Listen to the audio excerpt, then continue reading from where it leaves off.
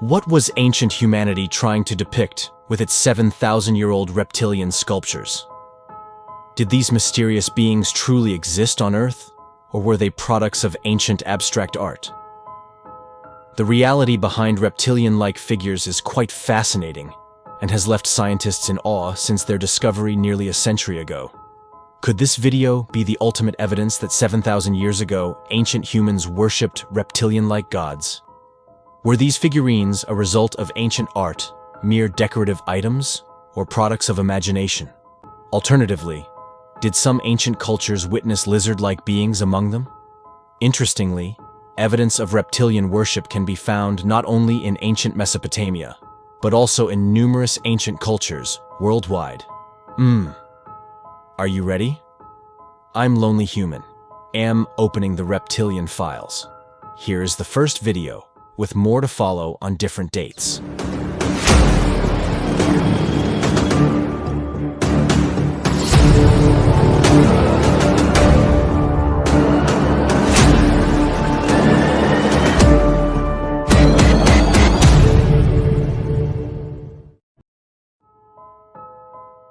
They are emerging now. Be cautious.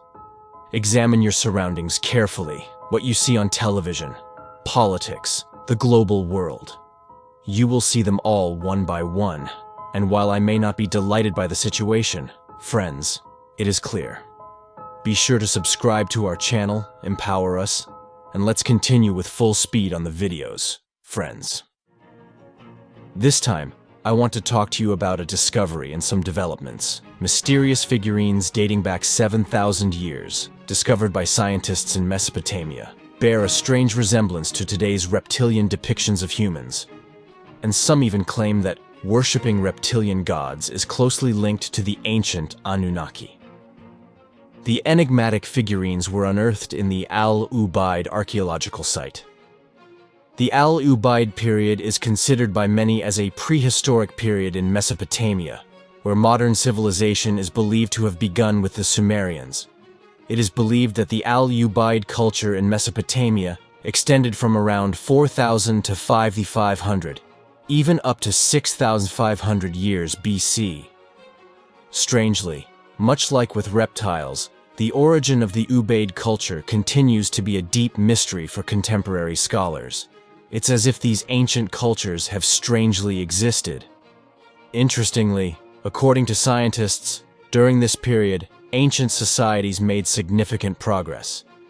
Perhaps the evolution in thought during this time led our ancestors to behave and think differently. Settlements grew into larger cities, and advanced irrigation methods were developed. Tools were improved, and all of this led to the construction of the first monumental buildings that suddenly set modern society in motion. But is there a way to understand the need for worshipping such beings in that society? The societal leap wasn't the most surprising thing researchers discovered. Among the numerous artifacts found in the field, mysterious humanoid figures with strange lizard-like features, both male and female, surprised researchers. The lizard-like features seen in the sculptures resemble nothing previously discovered. The figurines depicted humanoid figures with pointed faces and almond-shaped eyes. Archaeologists were baffled by these discoveries, and no explanation has been provided as to why the Ubaid culture worshipped these strange-looking figurines resembling lizard-like creatures. So, what are these? Why did they worship these interesting-looking beings? What's the underlying reality? Put yourself in that era. What could have happened? Please write your comments.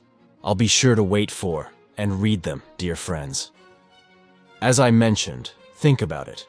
Put yourself in their shoes and imagine placing or commissioning these types of reptilian sculptures in important city centers, sacred corners in homes, and so on, or starting to worship them. How likely is such a scenario?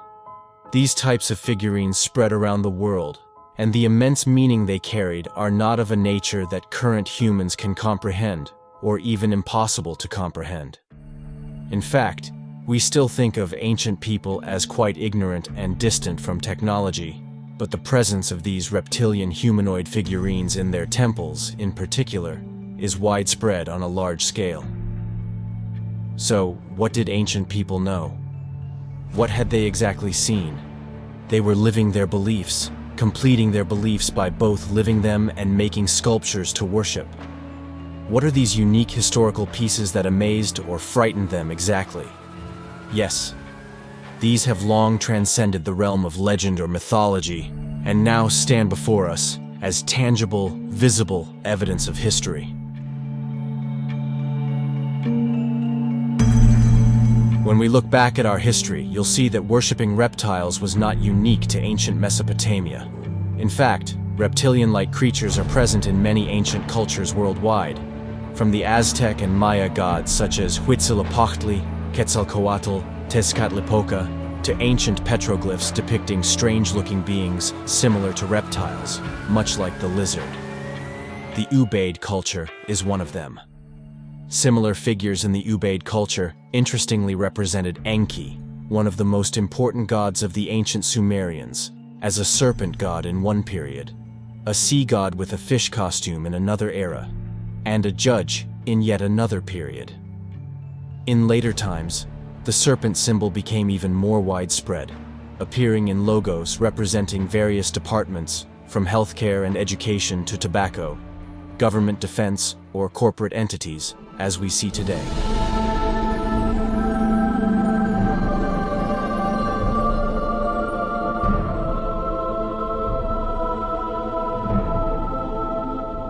Furthermore, it has undoubtedly become one of the major symbols of today's global powers, such as the Brotherhood of the Serpent, the Illuminati, or the Vatican. But why? The Al-Ubaid region was first excavated in 1919 by archaeologist Henry Hall and later by Leonard Woolley. The ancient figurines were reported to depict male and female figures in various poses, with many of them appearing to wear helmets and having some form of padding on their shoulders. It was suggested that other figures likely held a staff or a type of iron rod, possibly symbolizing justice and governance. Each figurine has a different pose, but what's most peculiar about them is the fact that some female figures are depicted holding breastfeeding babies, with the child represented as a lizard-like creature, which was described as incredibly shocking. The humanoid reptilian figurines were characterized as an important archaeological find due to their distinctive features. They are believed to have been created around 6200 BCE and emerged in the flat alluvial plains of southern Mesopotamia. During this period, people were just beginning to familiarize themselves with simple technology, and the exact purpose of these figurines remains unresolved. The reptilian shape used in these figures has puzzled many researchers and has also led many to speculate that lizard-like figurines could represent extraterrestrial beings.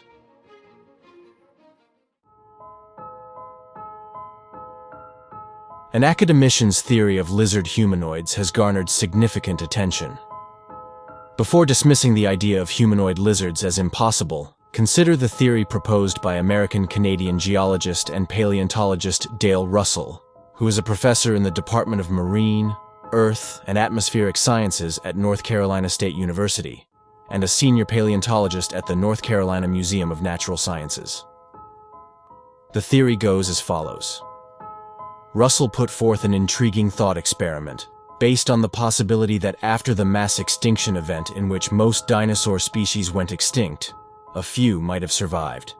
He suggested that the remnants of this species could have potentially evolved into highly intelligent life forms. In 1982, Dr. Russell introduced the dinosauroid theory, after examining a prehistoric creature known as Troodon. These animals had binocular vision, large eyes, and abnormally large brains, indicating superior intelligence. Additionally, the creatures had dexterous fingers and the ability to grasp objects with their hands. Russell proposed that over millions of years, these species might have evolved to resemble humans.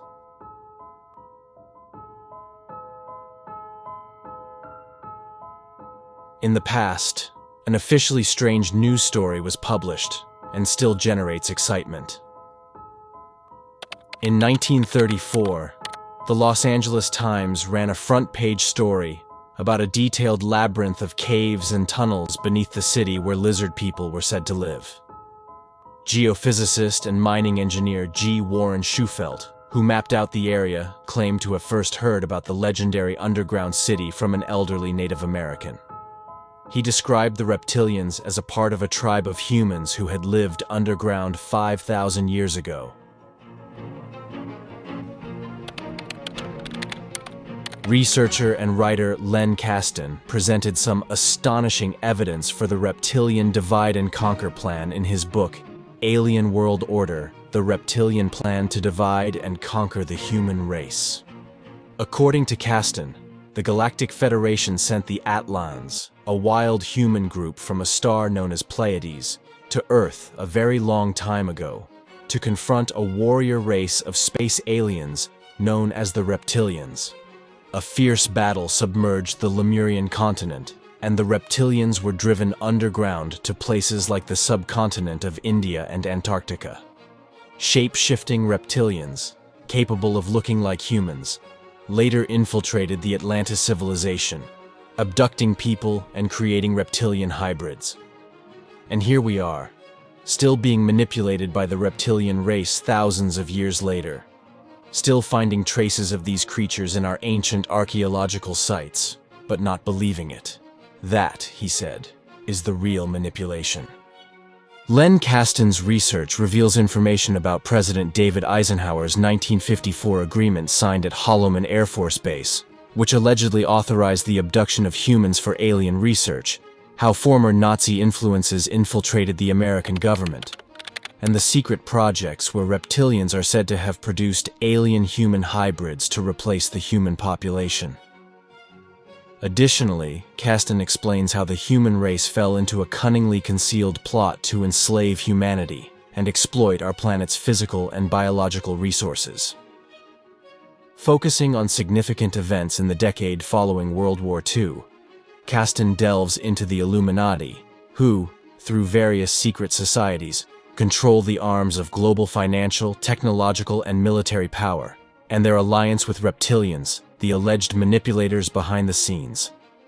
Now, historical evidence like artifacts from the Ubaid period and other ancient sites continues to support long-dismissed or metaphorical ideas and experiences as they pertain to reptilian gods. The question remains whether ancient civilizations created representations not of nature in their art, but rather accurate depictions of well-known real beings. As more evidence comes to light, perhaps we will eventually be able to distinguish myth from modern reality and art imitating life from the so-called reptilian gods. It may be a case of too little, too late. If we travel from Mesopotamia to the Pacific coasts, we find highly intriguing details in Hopi culture. According to legend, 5,000 years ago, a meteor shower forced the strange beings known as the lizard people to take refuge underground. These creatures, using advanced technologies that could even melt rocks, constructed an elaborate network of tunnels. In other words, they live underground. Their main living areas are in Iraq, Syria, Mesopotamia, and especially beneath Turkey. A group of extraterrestrial beings may appear like this. As for me, I am just lonely human. Research will continue.